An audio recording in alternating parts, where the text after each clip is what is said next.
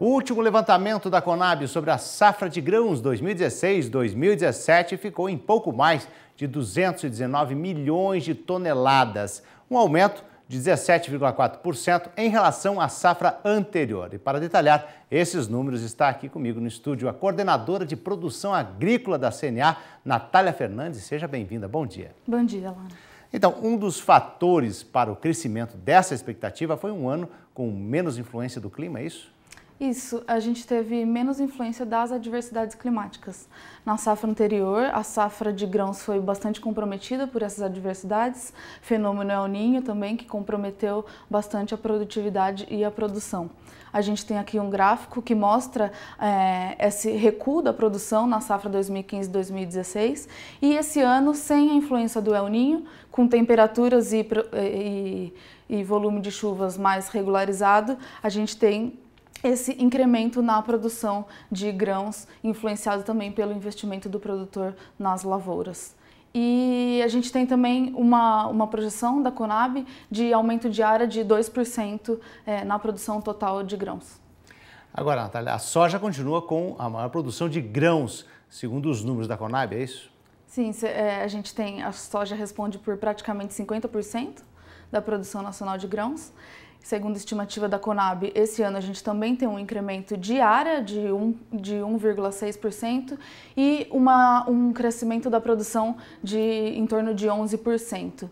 É bom ressaltar que, devido às condições climáticas favoráveis, os produtores conseguiram plantar na janela ideal e aí a gente tem colhido uma safra com boa qualidade e volume também. Agora, o milho realmente deve ter uma safra recorde. Como isso impacta no produtor rural? Temos essa projeção de crescimento de 31% na produção total de milho do país. A gente tem visto já um resultado positivo, a gente pode ver pelo gráfico, na produção de milho verão, que é essa parte em verde, de 28,8 milhões de toneladas, que a gente já vê esse resultado positivo.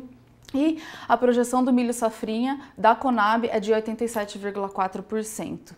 A gente tem visto que o produtor vai conseguir plantar também na janela ideal, devido às condições favoráveis de clima principalmente, e o setor já está esperando uma produção até maior do que os números da Conab, podendo atingir até 95 milhões de tonelada.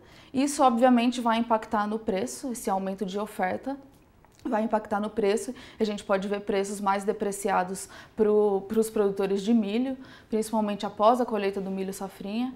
E a gente já tem visto também o governo sinalizando de que pretende recompor os seus estoques em função desse fenômeno. Agora, Natália, qual a expectativa para os cereais de inverno, em especial o trigo? Então, o trigo, esse ano a gente teve resultados positivos na safra em relação à produção e qualidade. Então, o Brasil colheu um dos maiores volumes de trigo e o mundo também. Então a gente teve esse aumento de oferta e a depreciação dos preços, que afetaram principalmente os produtores do Rio Grande do Sul, porque eles colhem depois do Paraná.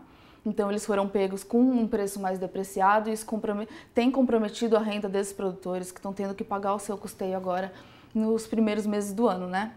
E, em função disso, provavelmente os produtores passem a produzir em uma área menor na próxima safra. A gente tem visto uma possibilidade de redução de 10% na área de trigo para a próxima safra, em função dessa perda de renda nesse ano. Agora, tivemos uma reunião no Ministério da Agricultura na semana passada, então, sobre a dificuldade dos produtores de trigo no sul do país.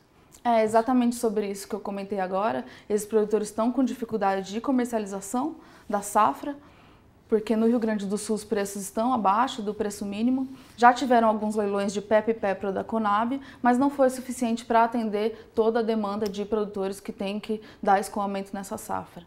Então a gente teve essa reunião com alguns representantes do setor para reivindicar novas atuações do governo, duas principalmente, uma relacionada a novos leilões de PEP e PEPRA, e também a possibilidade de renegociação desses vencimentos de janeiro e fevereiro de custeio que o produtor não está conseguindo pagar junto ao banco, e aí um alongamento desses vencimentos para que ele tenha condição de pagar assim que ele concluir a colheita e os preços estiverem melhores no final de abril.